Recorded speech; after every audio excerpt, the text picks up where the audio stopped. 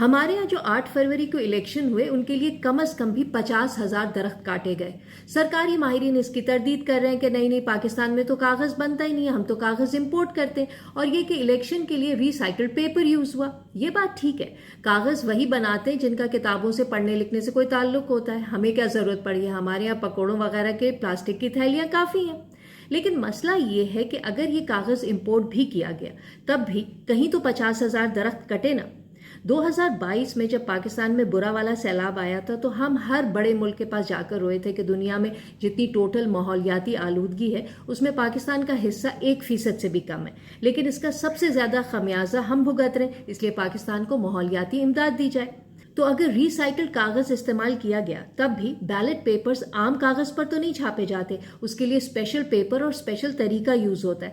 کہنے کا مقصد یہ کہ یہ درخت پاکستان میں کٹے یا کسی اور ملک میں, اثر بہرحال سب سے زیادہ ہم پر پڑتا ہے اور پڑ رہا ہے. تو یہ کہنا کہ بیلٹ پیپرز ریسائیکلڈ کاغذ سے تیار کیے گئے انتہائی کم عقلی کی بات ہے. درختوں سے کاغذ بنانے یا ریسائیکل کاغذ بنانے میں کافی زیادہ پانی, انرجی اور کیمیکلز یوز ہوتے ہیں. اس پروسیس میں ہوا اور پانی کی بہت آلودگی پیدا ہوتی ہے. اندازہ لگائیں کہ دنیا میں انرجی استعمال کرنے والی 5ویں سب سے بڑی صنعت پلپ اور پیپر انڈسٹری ہے. ہمارا جو میونسپل کچرا نکلتا ہے سالڈ ویسٹ, اس میں وزن کے حساب سے 35% حصہ کاغذ کا ہے.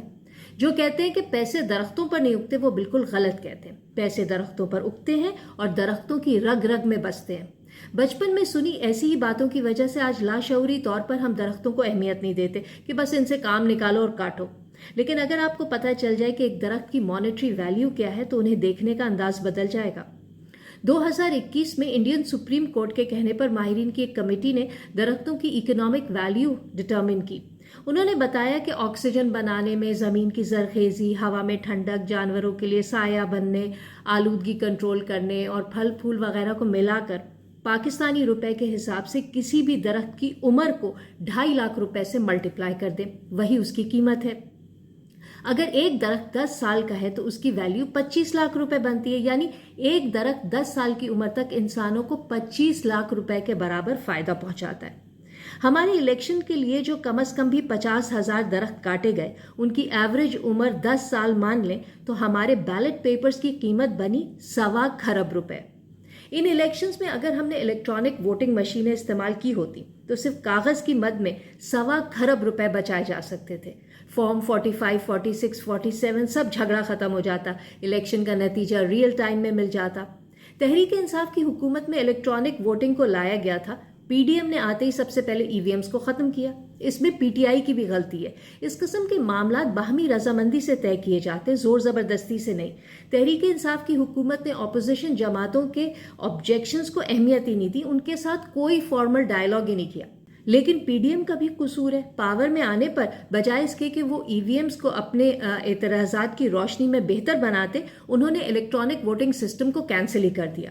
مزے کی بات یہ کہ جو لوگ ای وی ایمز کے بارے میں کچھ نہیں جانتے وہ بھی اس کے پیچھے لگ گئے. لیکن یہ تو ہماری عادت ہے, بغیر جانے پوچھے رائے دینا, رائے قائم کرنا. جو لوگ کہتے ہیں کہ ای وی ایم سے بھی دھاندلی ہوتی ہے, انہوں نے دنیا بھر میں استعمال ہونے والے ای وی ایمز کی اسٹڈی ہی نہیں کی. ویسے بھی کاغذی ووٹنگ میں کون سی دھاندلی نہیں ہوتی. 8 فروری کے الیکشنز میں جو ہوا دنیا نے دیکھا کہ ووٹ ڈالنے سے لے کر ووٹوں کی گنتی اور ووٹوں کے حساب کتاب ہر سٹیپ پر دھاندلی کے الزامات لگے اور معاملہ متنازع ہو گیا. الیکٹرانک ووٹنگ مشینوں سے ووٹوں کا ڈالنا اور ووٹوں کی گنتی ایک ہی ڈیوائس میں ایک ساتھ ہو جاتی ہے, وہ بھی ریئل ٹائم میں, تو اس سے مینیپولیشن کے چانسز بہت کم ہو جاتے ہیں.